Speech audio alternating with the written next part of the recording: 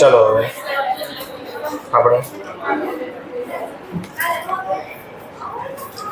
લાસ્ટમાં અમલ કમિશનનો topic discussion કર્યો હતો, જેમાં આપણે જોયું હતું કે પરચેઝ મેથડ હોય ત્યારે જે કાંઈ લખશું આપણે એગ્રી વેલ્યુ લખશું. જેમ કે પહેલો જ ક્વેશ્ચન આપણે સોલ્વ કર્યો હતો. રિપીટ કરી દઈએ એકવાર. પહેલી જર્નલ લખી હતી આપણે, business purchase account debit two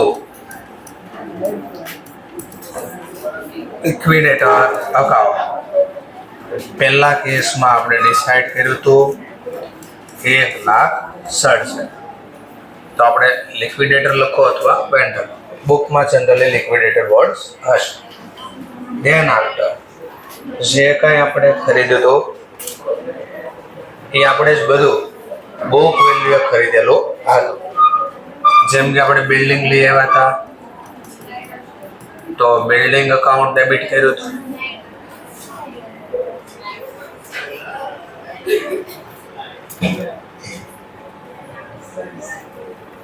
પાછું જવા જે કંઈ ખરીદ્યું હતું એ બુક વેલ્યુ લખ્યું હતું 75,000. ફરીથી બોલું, પરચેઝ મેથડ છે જે કંઈ ખરીદ્યું હતું બુક વેલ્યુ ખરીદ્યું હતું એગ્રી વેલ્યુ. સોરી, ચલો ફર્નિચર અકાઉન્ટ. કાલે જે કોઈ આવી જાય વહેલા નીચે નહીં ઊભા રહેતા, ઉપર આવતા રહેજો, બરાબર છે. Furniture account debit 50,000. ડેટર પણ લાવ્યા હતા એગ્રી વેલ્યુ એ. Debtor account debit 16,000. હજી બાકી કેટલા લોકો બાકી છે? 2 બાકી.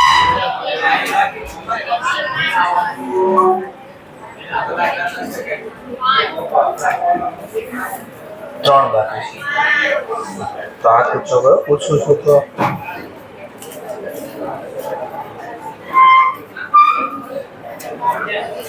છેલ્લે જવાબ.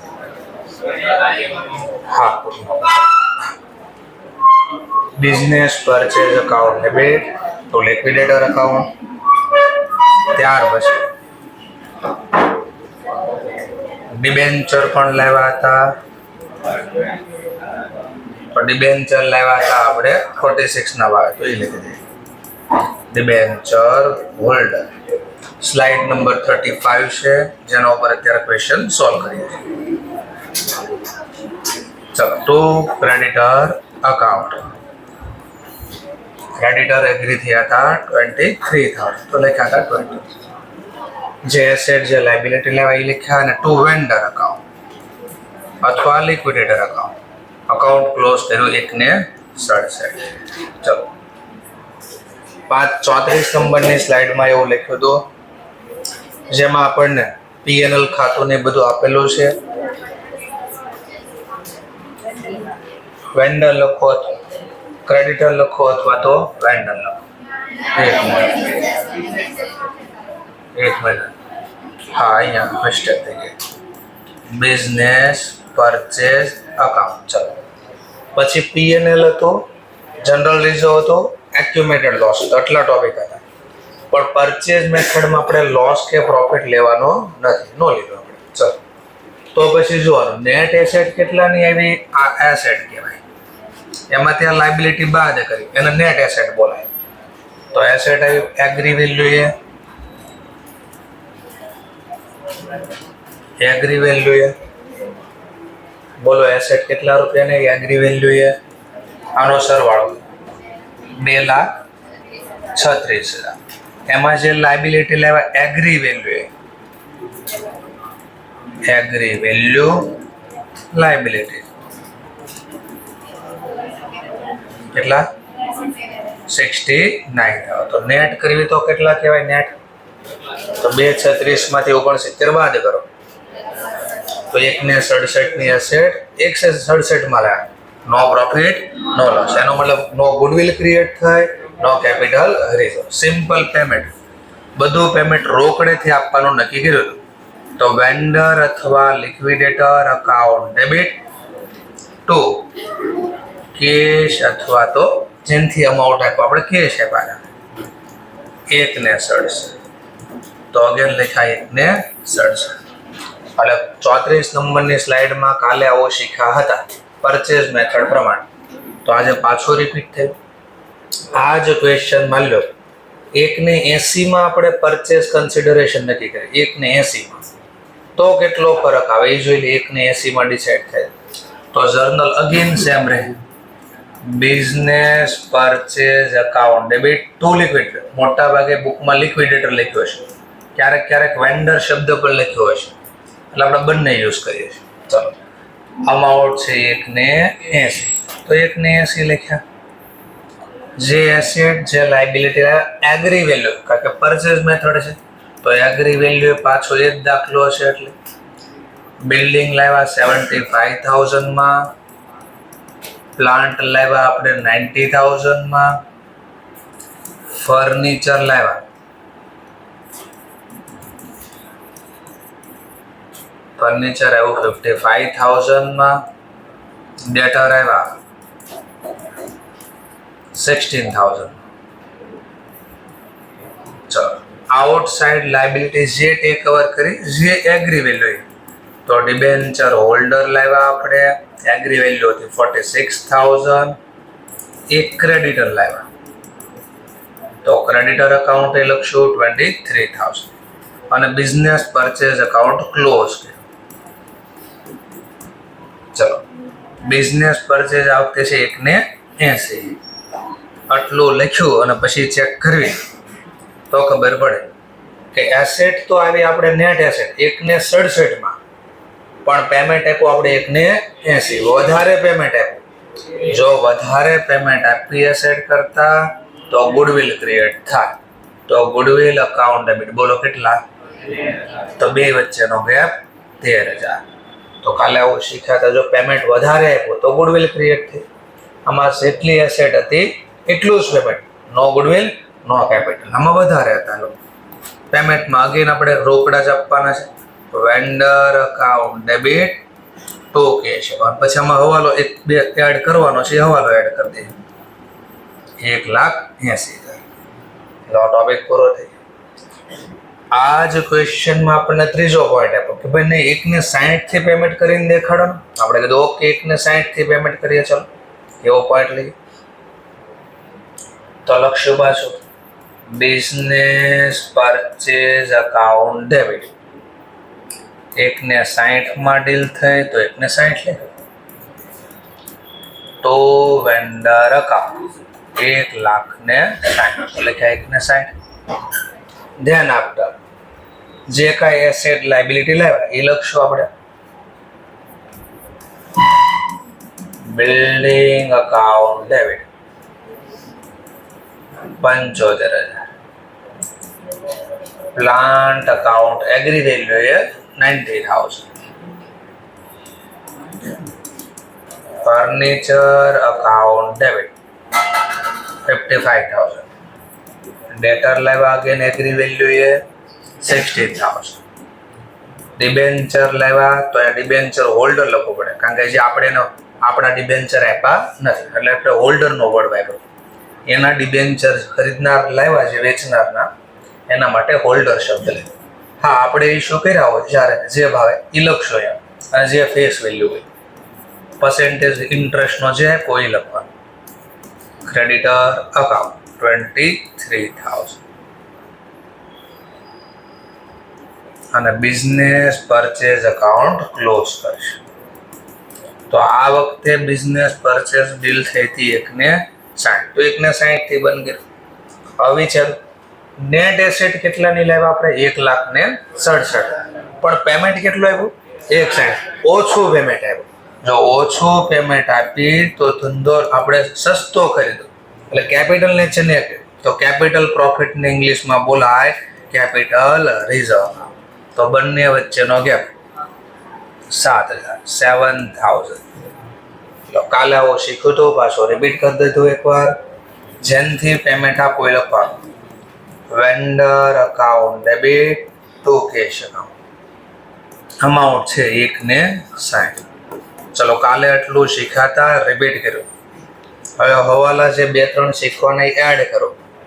આમાં હવાલામાં માની લો એમ કીધું પહેલા સ્ટેચ્યુટરી રિઝર્વ હતું, તો સ્ટેચ્યુટરી રિઝર્વ ને કયા ભાવે ખરીદ્યો એને કઈ લેવા દેવા નથી, આમાં કોઈ ચેન્જીસ નથી.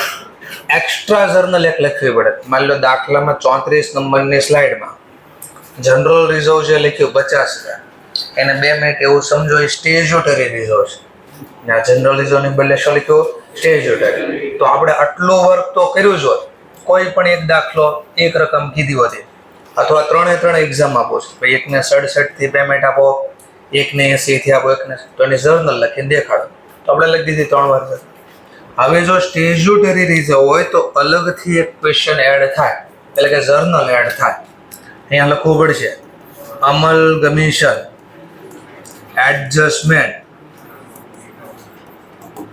રિઝર્વ અકાઉન્ટ ડેબિટ અને ટુ સ્ટેચ્યુટરી રિઝર્વ અકાઉન્ટ. જો રિઝર્વનું નામ આપ્યું તો રિઝર્વનું નામ લખવાનું. જેમ કે સ્ટેચ્યુટરીમાં લખ્યું છે એક્સપોર્ટ રિઝર્વ, તો આપણે એક્સપોર્ટ વર્ડ વાપરવાનું. ખાલી સ્ટેચ્યુટરી લખ્યું તો ખાલી સ્ટેચ્યુટરી. 50,000 જે અમાઉન્ટ. હવે જો પછી આ 3 કેસમાં સેમ જર્નલ જ લખાય, કારણ કે એને કેપિટલ રિઝર્વ કે ગુડવિલ હારે કંઈ લેવા દેવા નથી. તો સેમ ટુ સેમ જર્નલ લખ્યો. ઓર પાછો વિચારો ક્યાં લખ્યું હશે અમલગમેશન એડજસ્ટમેન્ટ રિઝર્વ એન્ડ સરપ્લસમાં નેગેટિવ સાઇન કરીને લખ્યો છે, અને આ પણ ત્યાં જ લખ્યો છે રિઝર્વ એન્ડ સરપ્લસના ટાઇટલ નીચે પણ પ્લસ કરે, એટલે પોઝિટિવ સાઇન, કારણ કે ક્રેડિટ પ્લસ કરે એટલા માટે. અને ક્રેડિટ ડેબિટ શું થાય માઇનસ, એટલે આને નેગેટિવ સાઇનમાં લખજો અને પોઝિટિવ સાઇનમાં લખજો. ચલો આટલું પણ કાલે થિયરીમાં મેં તમને કીધું તો આ પણ આવી. હવે જે મેઇન ટોપિક છે એ હવાલાનો એક સ્ટાર્ટ કરો. 2 હવાલા અત્યારે શીખવાડો છે મારે તમને.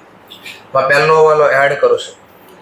માની લો અમલગમીશનનો એક્સપેન્સ આપ્યો હતો સમજવા માટે 35 નંબરની સ્લાઇડમાં, અને આ સમજવા માટે હું બોલું છું. એને આ કદાચ એક્ઝામમાં પેન્સિલથી લખીને આપ્યો હતો, એ લોકો પેન્સિલ વાપરતા હશે, અને લખ્યું હશે કે અમલગમીશન એક્સપેન્સ પેડ રૂપીસ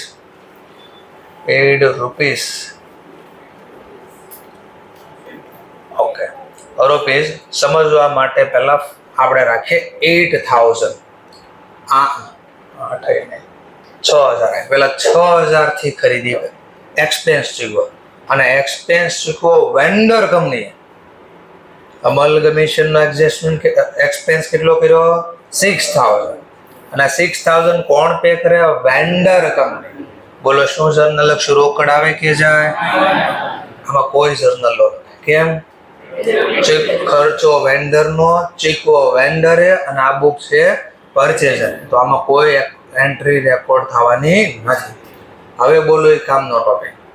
પણ માની લો એક્ઝામે કીધું નહીં આ પરચેઝિંગ કંપની દ્વારા પેડ બાય પરચેઝિંગ કંપની, તો પછી આપણો ખર્ચો તો લખવો પડે. ચલો હવે ખેલ ચાલુ થયો. રોકડા ગયા જાય તો જમા 5,000 6,000 જે દાખલામાં પહેલા તો માની લો 6,000 હું બોલ્યો, તો રોકડા તો જે ખબર પડી. માની લો શેરથી ચૂકવા હોત તો ઇક્વિટી શેર લખે, ટૂંકમાં જેનથી પેમેન્ટ આપો લખે. હવે ડેબિટ શું કરું ક્વેશ્ચન થાય. ચલો ના રવા દે, થોડી આ બાજુ આવે. ચલો અહીંયા માની લો સેકન્ડ કેસ હોત 1,80 થી પેમેન્ટ કર્યું. અહીંયા પણ કેશ જાય તો જમા જ કરે 6,000. ઉધાર શું કરે? હવે આને વિચારે.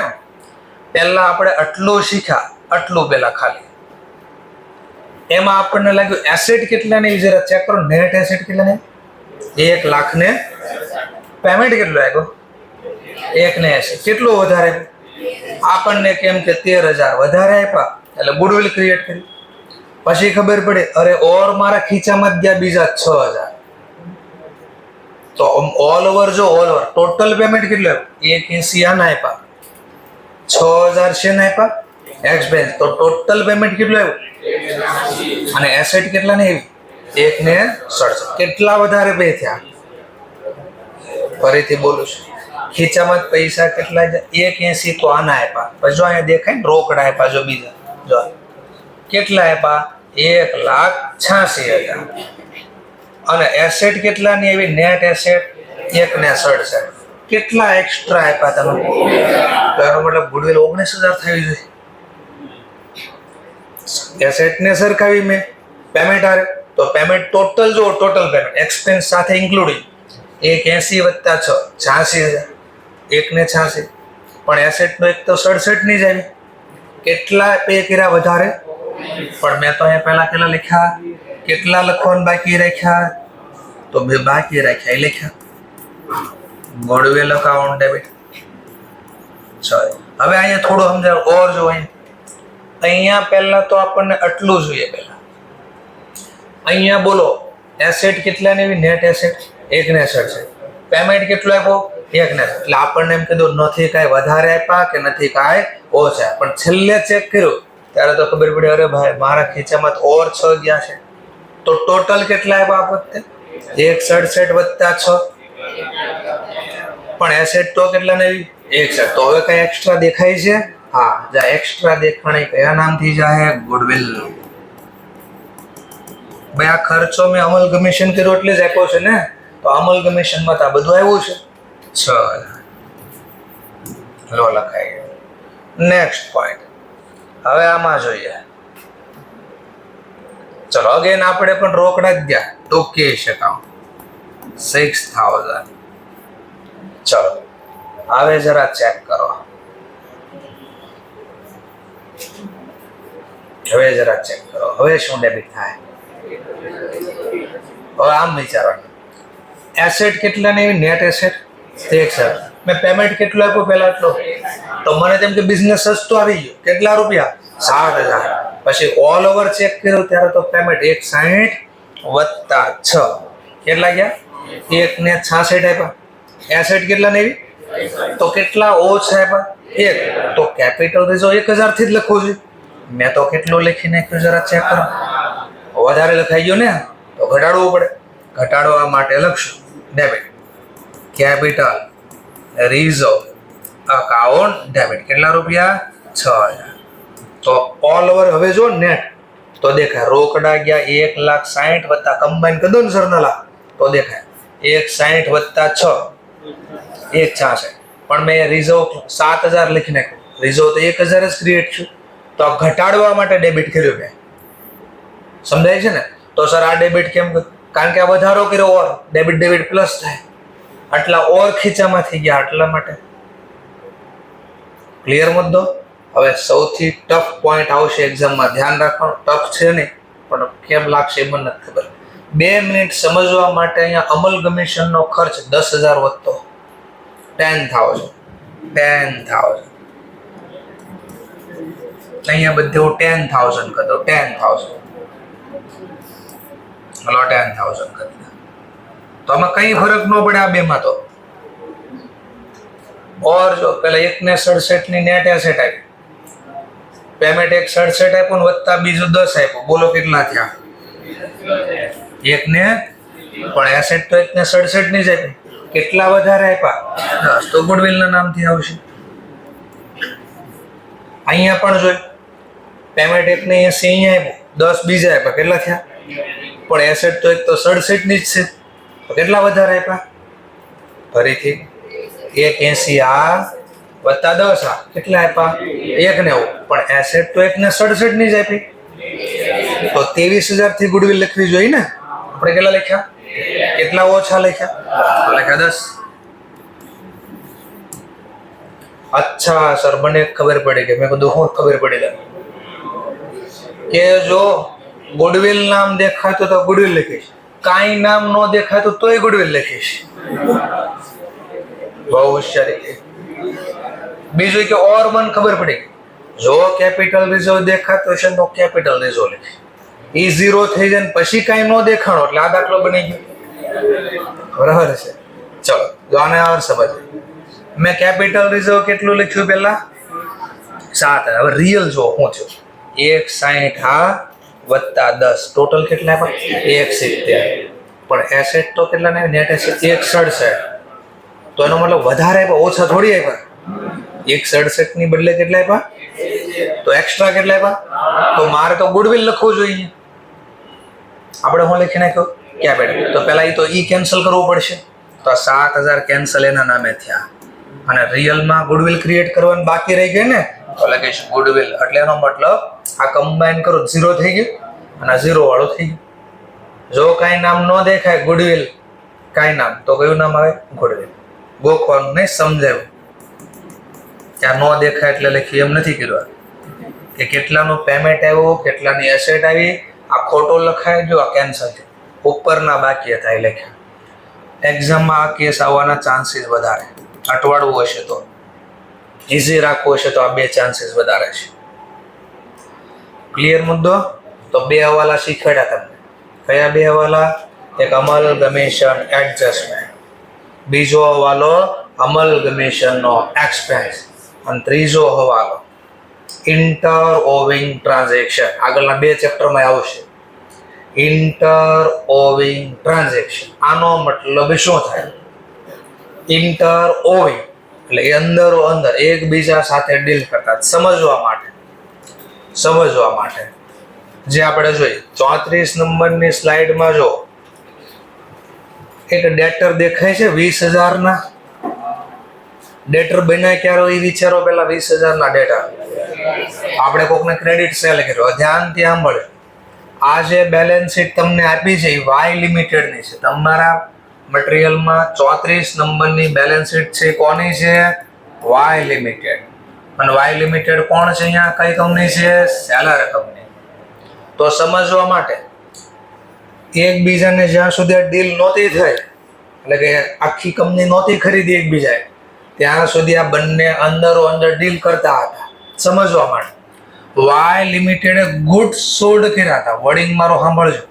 કંપનીની વેચવાની વાતો નથી કરતો. ગુડ્સ સોલ્ડ કર્યા હતા on credit. Credit time 3 month છે. સમજવા માટે આપણે વેચ્યું હતું 1/8/2025 ના રોજ. થોડી ડેટ વધારી દઈએ. માની લો 1/11/2025 ના રોજ જે ફ્યુચર છે.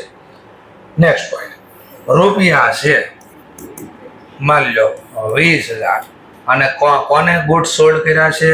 To mister X. Sorry mister ની બદલે એક્સ લિમિટેડ બોલવું પડશે. X limited. ચલો એક્સ લિમિટેડ એટલે આ કંપની ખરીદનાર company purchasing company.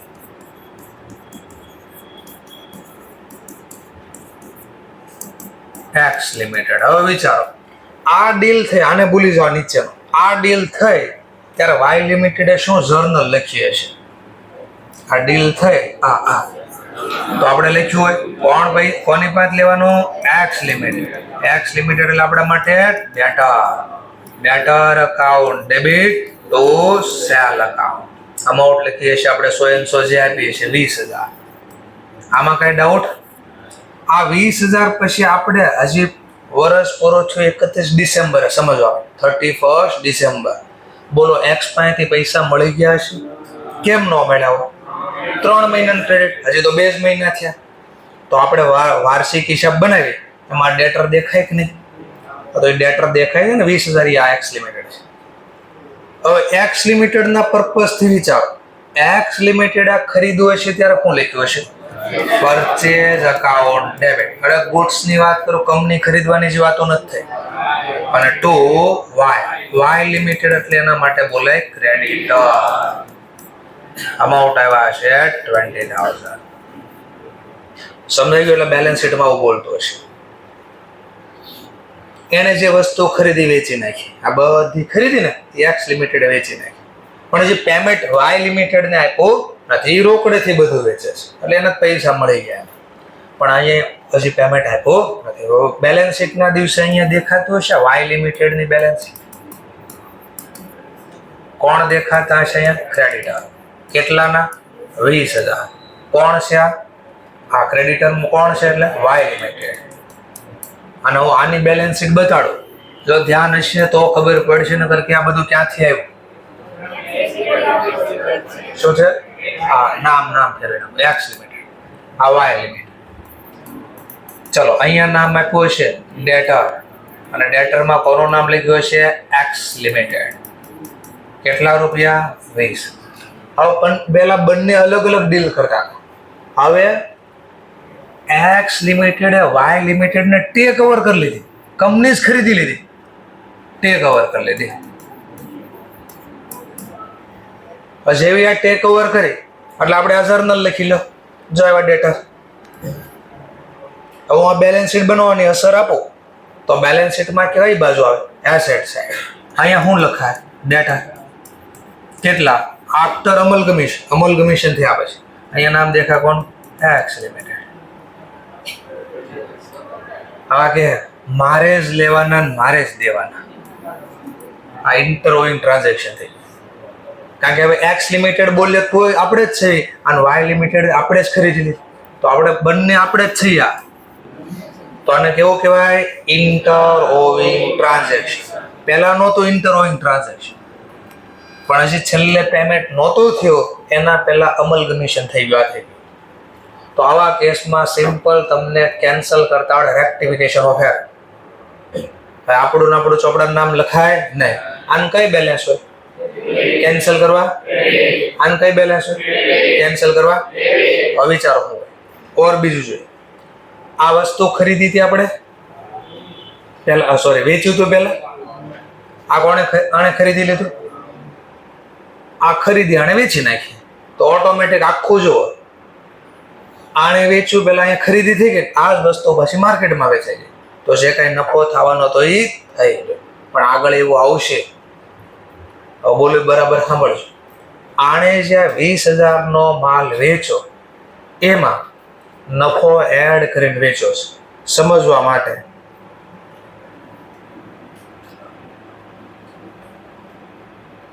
$25 profit. Goods હતા 16,000, પ્રોફિટ એડ કર્યો 25% ઓન કોસ્ટ. 25% on cost. આવી રીતે આને વસ્તુ વેચેલી છે. તો બોલો આને પાસે ખરીદી કેટલાની છે? 16,000. પણ આ 16,000 નો માલ કેટલા વેચો? તો આ 16 નો માલ અહીંયા 20 માં આવી ગયો. અને આ માલ હજી માલ્યો વેચાણો નથી. માલ્યો અહીંયા પ્લાન્ટની બદલે આ સ્ટોક બોલતો હોત અહીંયા તો નાનો અહીંયા બોલાવું. ચલો એટલે ખબર પડે. બરાબર જો સાંભળી લો મુદ્દો, શોર્ટમાં આખો સમજાવું છું. માલ્યો હું પહેલા એવું બોલ્યો વર્ષના અંતે આ માલ બધો વેચાઈ ગયો, હવે નવો હવાલો આવશે કે માલ્યો આ સ્ટોક વેચાણો ન હતો, વાય એક્સ લિમિટેડે વર્ષના અંતે હજી આ સ્ટોક ન વેચ્યો તો પોતાની બેલેન્સ શીટમાં સ્ટોક દેખાતો હોત કે નહીં? વેચા વગરનો બાકી છે. કેટલાનો સ્ટોક બોલ? 20,000. એટલે નથી ડેટરને પૈસા આપ્યા કે જે સ્ટોક વેચાણો નથી. આ તો કેન્સલ થઈ ગયું, ઇન્ટરઓઇંગ ટ્રાન્ઝેક્શન સામ. હવે આને કેમ કેન્સલ કરું?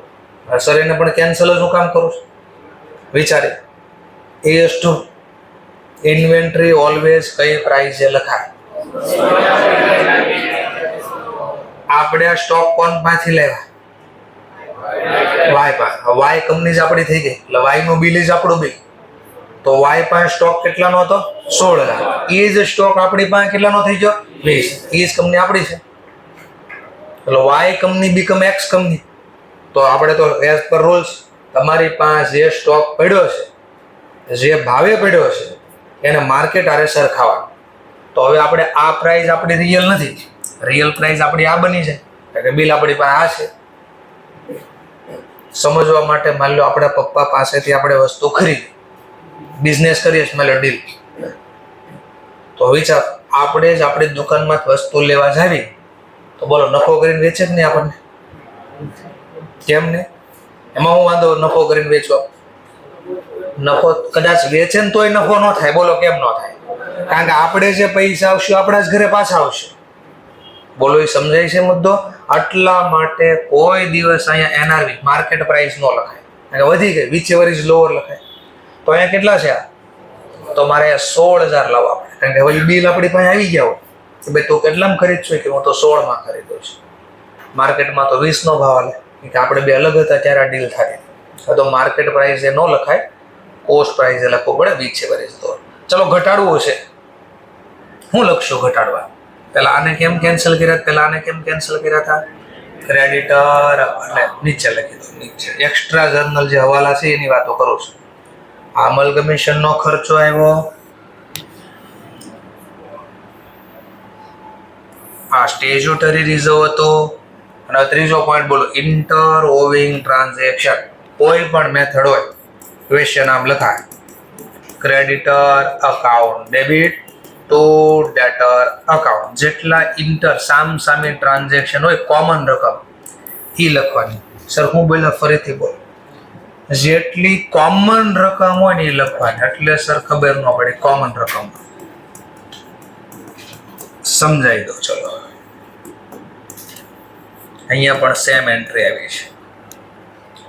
સમજવા માટે 2 મિનિટ બરાબર જોજો. માન લો વાય લિમિટેડ પાસે ટોટલ અહીંયા એક્સ લિમિટેડ પાસે ટોટલ અહીંયા માન લો 80,000 ના ક્રેડિટર હોત તો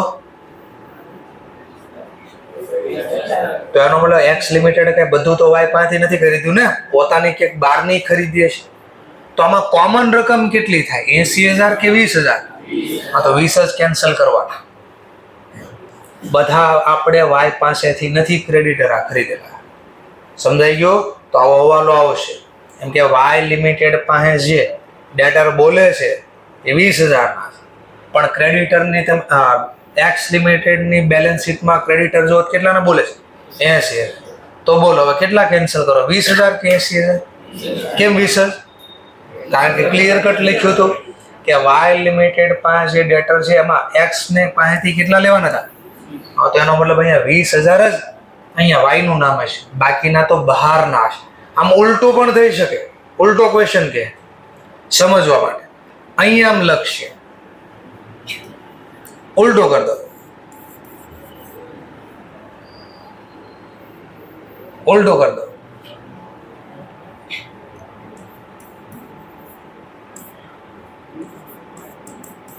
હવે ઉલટું કરી દો. હવે ઉલટું બોલશે. એક્સ લિમિટેડ ની બેલેન્સ શીટમાં ક્રેડિટર કેટલાના બોલે છે? કોની પાસે લેવાના છે? કોને દેવાના છે? પણ વાય લિમિટેડ ની બેલેન્સ શીટમાં ડેટર કેટલા બોલે? ક્યાંય લખ્યું છે આપણે આ બધા મારે એક્સ પાસે લેવાના? તો એનો મતલબ આમાં મિક્સ હશે બધા. તો હવે કોમન રકમ પાછી કેટલી થઈ? 20,000. એટલે જોવા કે કોમન રકમ એટલી જ માઇનસ કરો, બધી માઇનસ કરવાની નથી. આ સરખી રકમ બે જગ્યાએ હોય તો પ્રોબ્લેમ જ નથી થાય. આ જર્નલ લખીએ એટલે કેન્સલ થઈ ગયો. સમજાય છે ટોપિક? ઓકે. આ ઇન્ટર ઓવિંગ ટ્રાન્ઝેક્શન કેન્સલ કર્યા. તો આ બંને પહેલા તમને બતાવી દો ક્યાં લખેલું છે એટલે થોડો આઈડિયા આવે. સ્લાઇડ નંબર આવી જાઓ 42. કોઈ પણ નામ તમને આપેલું હોય, કેટલી બાકી છે? એટલે રોજ ઘટે છે, અમારે એક આપવી પડશે. બેઠા એટલી કોપી કાઢું તો ઘટેલું છે. ઇન્ટર કંપની, ધ્યાનથી જુઓ.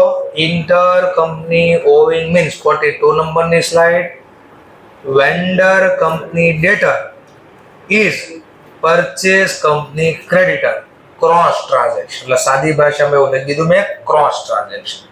એટલે એકબીજાને પહેલા વસ્તુ ખરીદ વેચાણ કરતા અને જેનું પેમેન્ટ નહોતું થયું કે આ વચ્ચે અમલગમેશનની ડીલ થઈ ગઈ, તો એને સામી કેન્સલ કરવાના.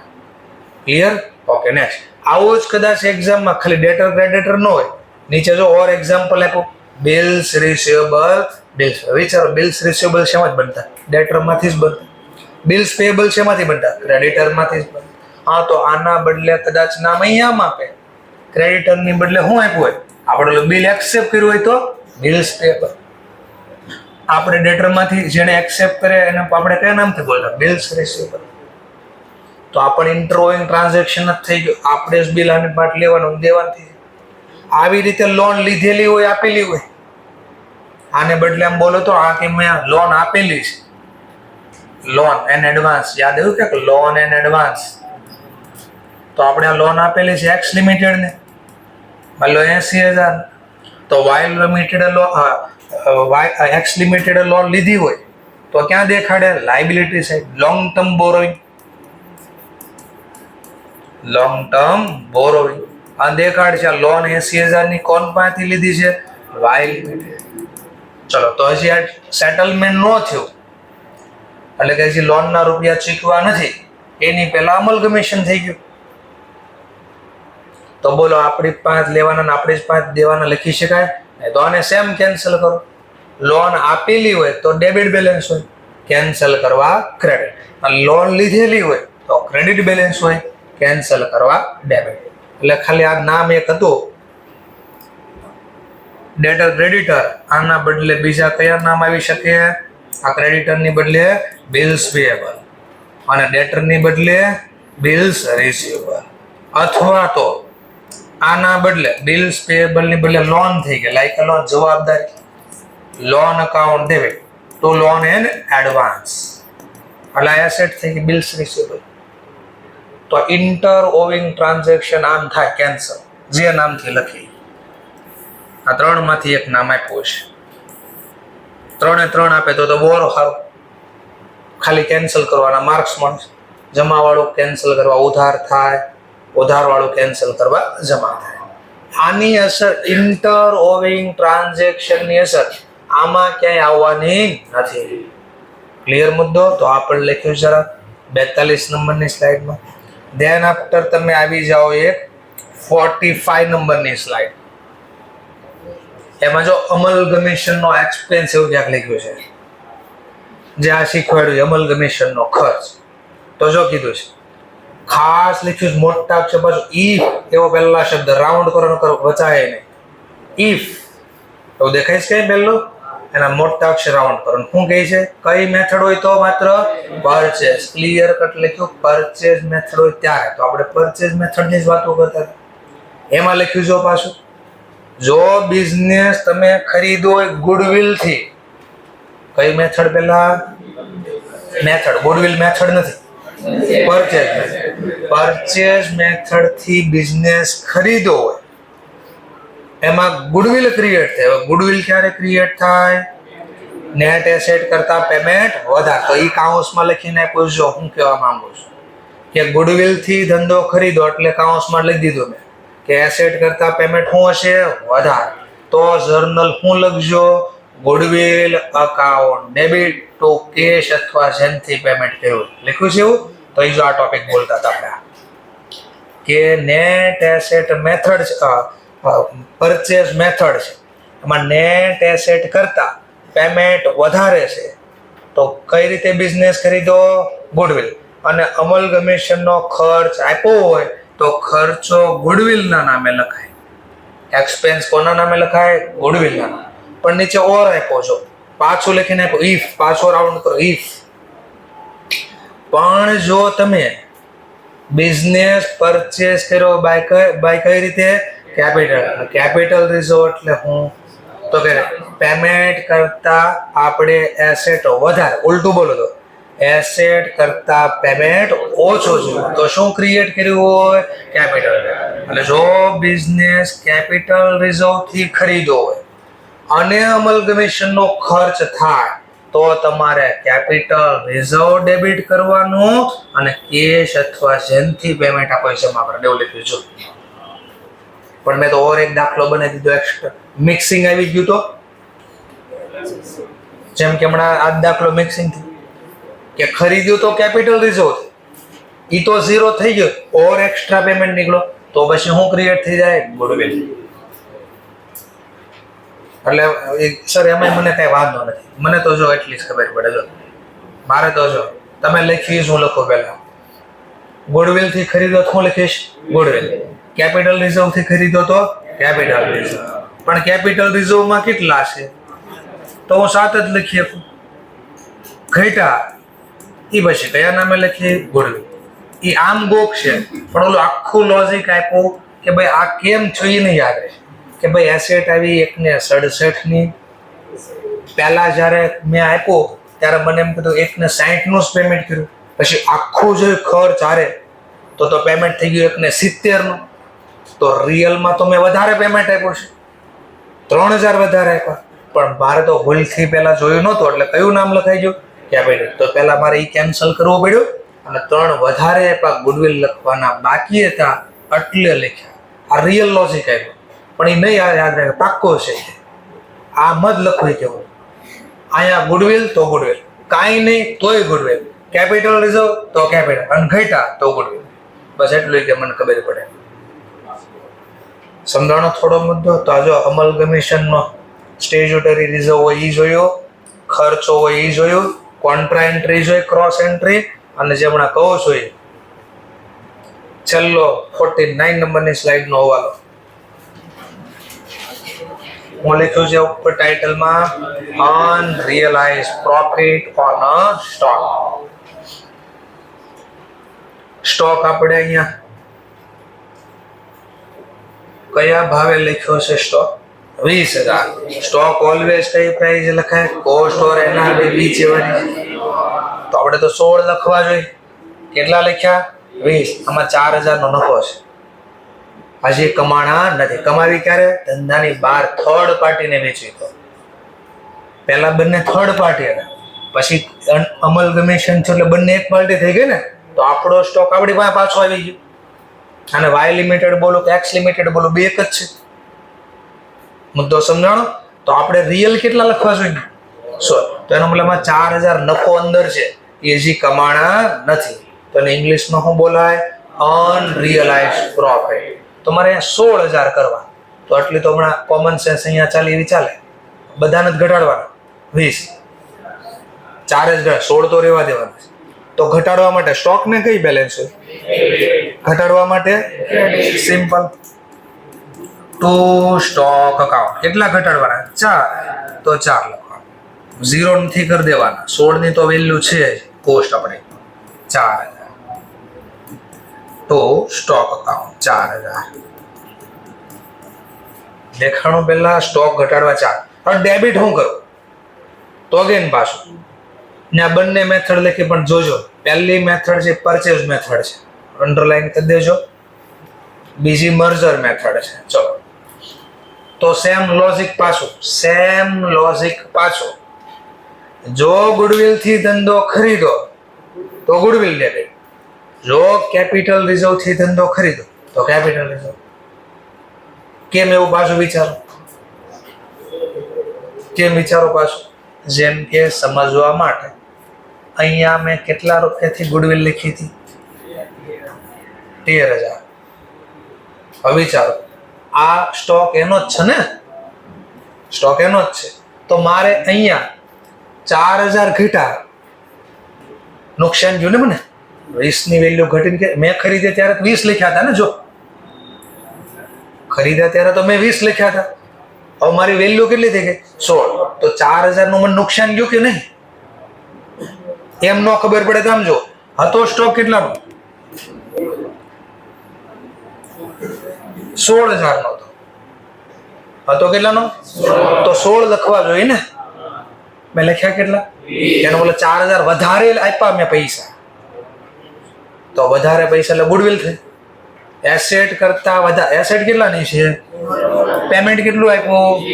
તો વધારે પેમેન્ટ આપ્યું ને, તો વધારે પેમેન્ટ આપણે શું ક્રિએટ કરે? ગુડવિલ. એટલે અહીંયા જ કહે છે, એટલે તમારા પાસે ગુડવિલ છે તો ગુડવિલ નું નામ લખી દો ડાયરેક્ટ.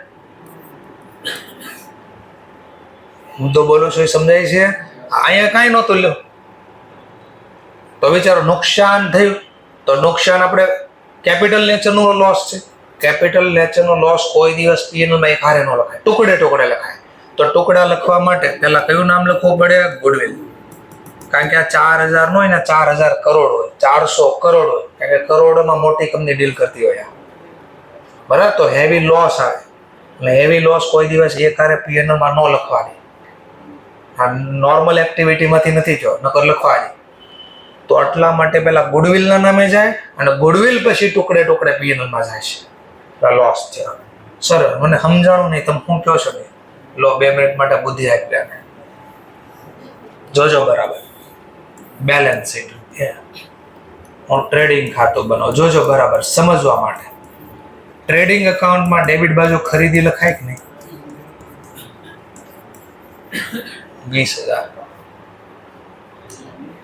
20,000 લખાય. આપણે તો 20 નો માલ ખરીદો ને. રિયલમાં કેટલાનો માલ હતો? કેટલા વધારે લખ્યા? વધારે લખાઈ ગયા કે નહીં? ખર્ચો વધારે લખાઈ ગયો કે નહીં? એટલે લોસ થાય કે પ્રોફિટ થાય? 16 ની બદલે 20 લખો પ્રોફિટ થાય કે લોસ થાય? પણ લોસ મેં અત્યારે લખ્યો નથી. કેમ નથી લખ્યો? કારણ કે આ માલ વેચાણો નથી. તો ક્લોઝિંગ સ્ટોક તો અહીંયા પડ્યો હોય ને, તો વિચારો લોસ લખાઈ ગયો બાકી છે? બાકી તો લખ્યો મેં લોસ.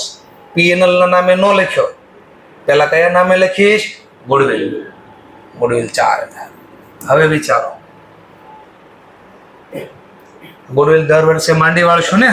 ક્યાં માંડી વાળશું? પીએનએલ માં. P&L account debit two goodwill. દર વર્ષે માની લો 5 વર્ષમાં માંડી વાળા. 4,000 ડિવાઈડ બાય 5 યર.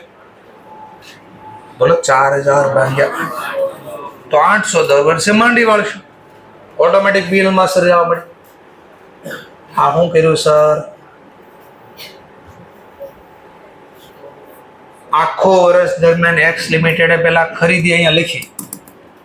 મેં કીધું આ જે માલ ખરીદ્યો એ વેચા વગરનો છે, તો ક્લોઝિંગ સ્ટોક ક્યાં લખો તમે?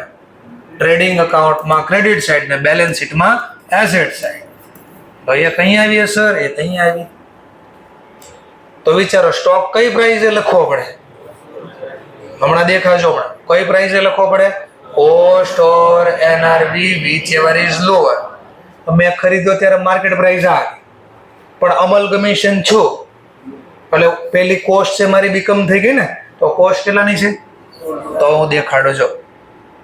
માની લો ક્લોઝિંગ સ્ટોક અહીંયા 16,000 લખ્યો હોત, લોસ થયો કે નહીં? જો લોસ કયા નામે આવે? Gross loss. ગ્રોસ લોસ ક્યાં જાય? પીએનએલ. કઈ બાજુ? Debit side. કેટલા રૂપિયાનો લોસ? બે વચ્ચેનો ગેપ 4. અને માની લો આ એક હારે માંડી વાળું 2 મિનિટ, એક હારે માંડી વાળું આ તો કેટલા થયા? કયા નામથી? પીએનએલ નામથી. આ ટાઈમ વેસ્ટ થાય છે મારો, ન સમજાણો તો બુકમાં જોઈશો તો કાંઈ નહીં, ખાલી એક એન્ટ્રી છે ઇન્સ્ટિટ્યૂટની બુકમાં જોઈ લેજો. કોઈ પ્રકારનું લોજિક નહીં હોય. આ ડિટેલમાં આમ જાઓ થયું હું આખું. ખરીદી લખી 20,000. ક્લોઝિંગ સ્ટોક મારી પાસે તો 20,000 નો જ પડ્યો હતો, એટલે નો પ્રોફિટ નો લોસ. પણ અમલ કમિશન છું વર્ષના અંતે, એટલે મારી પડતર હવે 20,000 નો રહે. વિચ એવર ઇઝ લોઅર પ્રમાણે કેટલો લખવો પડે? 16. કેટલો લખવો પડે? 16. જો હું અહીંયા 16,000 લખી દઉં તો કેટલાનો લોસ થાય? લખી દઉં તો 4 નો લોસ થઈ ગયો કે નહીં? પણ હજી અમલ કમિશન નહોતું થયું ત્યાં સુધી મેં વાર્ષિક હિસાબ બનાવી નાખ્યા હોય તો મેં ક્લોઝિંગ સ્ટોક કેટલા જ લખ્યો? 16 થી લખ્યો હોય, પછી અમલ કમિશન થયું નથી હજી તો કેટલો લખ્યો? ઇન શોર્ટ મેં પહેલા વાર્ષિક હિસાબ બનાવી નાખ્યો, પછી અમલ કમિશન થયું. બોલો લોસ કન્સિડર 4,000 થઈ ગયો બાકી? હા, તો બાકી હતો ને એટલે કન્સિડર કર્યો મેં.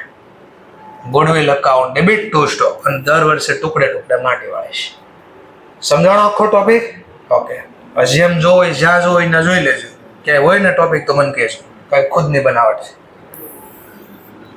ચલો અહીંયા પણ ગુડવિલ જ છે, લખીશ ગુડવિલ. Goodwill account debit 4. પણ આ કેપિટલ રિઝર્વ થી છે, આને ભૂલી જાઓ થોડી વાર. આ બધા ટોપિક ભૂલી જાઓ. આ જો કેપિટલ રિઝર્વ કેટલું? આ 7,000 નફો મને થયો જ ક્યાંથી? પેલા થયો જ કઈ રીતે નફો? વેન્ડર કંપનીને એસેટ જેટલા લેવો એના કરતા પેમેન્ટ ઓછું આવે. કેટલું ઓછું પેમેન્ટ આપ્યું? એટલે નફો થયો ને. હવે આને આખો જો તો એસેટ કેટલા ની હતી? આપ્યા કેટલા? કેટલા વધારે આપ્યા? નુકસાન. એસેટ કરતા વધારે ચૂકો તો શું થાય? લોસ થાય. તો એક બાજુ પ્રોફિટ 7,000, બીજી બાજુ એની જ એસેટ નો લોસ 4,000. નેટ જોવો તો 3,000 નો જ પ્રોફિટ થયો. મેં તો કેટલો લખ્યો? વધારે લખાઈ ગયા ને. આ ઘટાડો કેપિટલ રિઝર્વ. એટલે લાઈક સેમ ટુ સેમ કોના જેવું થઈ ગયું? અમલ કમિશન એક્સપેન્સ. જો ગુડવિલ થી ધંધો ખરીદો તો સ્ટોક અનરિયલાઇઝ પ્રોફિટ ગુડવિલ ના નામથી લખીશ. જો કેપિટલ રિઝર્વ થી ધંધો ખરીદો તો સેમ ટુ સેમ કે અનરિયલાઇઝ પ્રોફિટ કોના નામે કેન્સલ કરીશ? Capital reserve. આમાં આટલું જ આવે છે. અને આ તમને ડિટેલમાં જાણવા મળશે બ્રાન્ચ એકાઉન્ટ અને CFSમાં. એમાં આ જ આવવાનું છે. કંઈ ના કાચું સરવૈયું બનશે, આનો વાર્ષિક હિસાબ બનશે ને એટલે આખી અસર દેખાય.